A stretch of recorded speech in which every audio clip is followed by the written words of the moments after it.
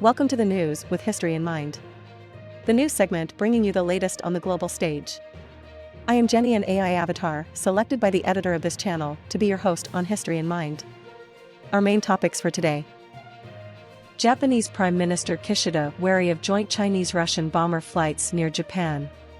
Russian Navy ship Admiral Grigorovich entered the Mediterranean Sea. The British Council urged to review plans that could lead to UK hosting US nuclear bombs. Poland is getting ready to deploy an entire division, 30,000 troops along the border with Belarus. US military is going to be building a nuclear spaceship. Chinese President Xi is in California, San Francisco. Let's get to the news. Japanese Prime Minister Fumio Kishida expressed wariness the 11th of November about recent joint Chinese and Russian bomber flights over waters near Japan, warning that his country is facing the toughest and most complex security environment in post-war times. Attempts to change the status quo unilaterally around our country are intensifying, Kishida said in a speech at the Air Self-Defense Forces Aruma Air Base in Saitama Prefecture, adding a swift deployment of long-range missiles to boost defense is needed. In the latest occurrence in June, 4 Chinese and Russian bombers jointly flew above waters near Japan, prompting the ASDF to scramble fighter jets. Japanese fighters also responded to passing bombers in November last year. Although Japan's airspace has not been violated, the Defense Ministry conveyed its grave concerns to China and Russia via diplomatic channels, seeing the action as a show of force.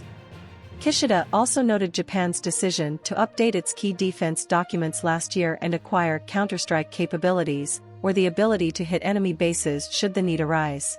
The move is a major policy shift under Japan's war-announcing constitution. The Prime Minister vowed to secure the necessary funding to build up the country's defenses amid security challenges, including North Korea's missile and nuclear threats. More in the news. We are witnessing today a first significant reinforcement of Russian forces in the Mediterranean Sea. The frigate Admiral Grigorovich has indeed passed through the Strait of Gibraltar. The Admiral Grigorovich is a guided missile frigate of the Russian Navy. It is the lead ship of its class, which is also known as the Krivak V class. The Admiral Grigorovich is now headed to Tartus, Syria. Russian forces in the Mediterranean remain moderate, but the arrival of this unit could be an indication of change in the geopolitical affairs of superpowers. And that might be a concern for NATO forces and the USS Ford Carrier strike group operating in the eastern Mediterranean Sea. Up next on the news. An attempt by the British Ministry of Defence to build a dormitory that could lead to the return of US nuclear weapons to British soil is being challenged by the Campaign for Nuclear Disarmament, CND, because it is being attempted without planning permission. The campaign group has asked West Suffolk Council to intervene and insist that the planned 144-bed facility at RAF Lakenheath be subject to an environmental impact assessment or be halted. Work on the dormitory is due to start next year, and its purpose is to house the extra U.S. personnel who would be needed to safeguard any return of B-61 air-launched nuclear bombs to Lakenheath for the first time since 2007. U.S. nuclear weapons were stationed in the UK throughout the Cold War, provoking decades of protest. Cruise missiles were deployed at Greenham Common but were removed from the Berkshire site in 1991. Air-launched gravity bombs remained at Lakenheath until 16 years ago. After 3 decades of partial disarmament, nuclear states have been gradually upgrading and increasing the size of their arsenals. 2 years ago, the UK said it would increase its stockpile of Trident warheads by 40% to 260, while the US is updating its gravity bombs to the B-61-12, which has a maximum yield of 50 kilotons. It is the B-61-12 that the US is considering whether to deploy at Lakenheath. Vladimir Putin this month withdrew Russia's ratification of the Comprehensive Nuclear Test Ban Treaty, placing his country in an equivalent position to the US.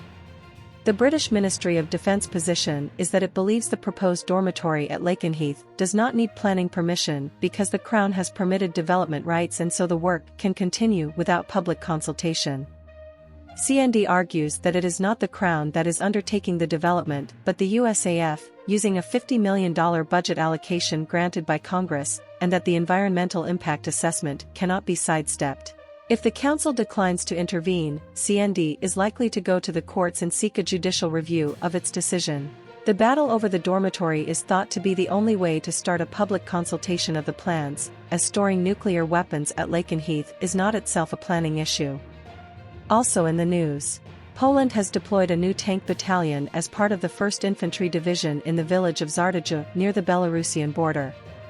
Polish Defense Minister Mariusz Błaszczak attended the commissioning of a new military unit in Żartodziej on November 12 and met with soldiers of the newly created 1st Infantry Division.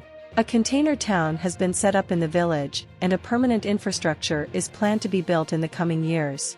Over 100 soldiers will be deployed there at the initial stage of the unit's creation, with several hundred soldiers to be assigned there permanently in the long run. The unit will be armed with modern equipment that Poland recently purchased: K2 tanks, RAK mortars, and Poprad air defense systems. The formation of the 1st Infantry Division began in September 2022. It is planned to consist of 12 military units, 4 combined arms brigades, an artillery brigade, 4 military regiments and 3 specialized battalions. The division is expected to include over 30,000 soldiers. These measures were taken by the Polish government to deter any possible attack on their territory. More in the news. The aerospace giant will develop power and propulsion systems under its Jetson project. Lockheed Martin has been handed a contract to work on nuclear-powered spacecraft technologies. The U.S. Air Force Research Laboratory, AFRL, awarded $33.7 million to Lockheed Martin as part of the Joint Emergent Technology Supplying On-Orbit Nuclear, JETSON, effort to mature high-power nuclear electric power and propulsion technologies and spacecraft design. JETSON aims to launch a fission reactor that will be started up once in space. The reactor will generate heat, which is then transferred to Stirling power converters to produce electricity. This can then be used to power spacecraft payloads or electric thrusters for propulsion. A future Jetson flight experiment will enhance maneuver and power capabilities shaping future Space Force operations, said Andy Phelps, CEO of Space Nukes. Final segment of the news. In the diplomatic arena, Chinese President Xi Jinping began his first visit to the United States in 6 years on Tuesday, after President Joe Biden said he aimed to restore normal communications with Beijing, and his top diplomat stressed the need for freedoms that Washington says Beijing is undermining in the Asia-Pacific region. President Xi is due to meet Biden at an undisclosed location in the San Francisco Bay Area on Wednesday morning and then attend the annual summit of the Asia-Pacific Economic Cooperation (APEC) Forum. President Xi's summit with President Biden has been billed by U.S. officials as an opportunity to reduce tensions between the two countries. Before the summit has been held, U.S. Secretary of State Antony Blinken addressed ministers of the 21-member APEC and stressed the U.S. believed in a region where economies are free to choose their own path, where goods, ideas, people flow lawfully and freely. Blinken did not mention China by name, but his language echoed U.S. rhetoric in recent years in which Washington has accused China of bullying smaller countries in the Indo-Pacific and trying to undermine what the U.S. and its allies call the rules-based order. U.S. Trade Representative Catherine Tai, who with Blinken opened the APEC ministerial session, said the San Francisco meeting came at a time of great uncertainty and challenges for the region. She noted increasing geopolitical tensions, fragile supply chains and a worsening climate crisis. White House National Security spokesperson John Kirby told reporters that President Biden and President Xi would also talk about the Israel-Hamas conflict in Gaza, as well as U.S. efforts to support Ukraine in its fight against the Russian military. President Biden said the U.S. does not want to decouple from China, but wants to change the economic relationship for the better. His administration has made an effort to de-risk some critical U.S. supply chains from China as the two countries' economic and military competition has grown.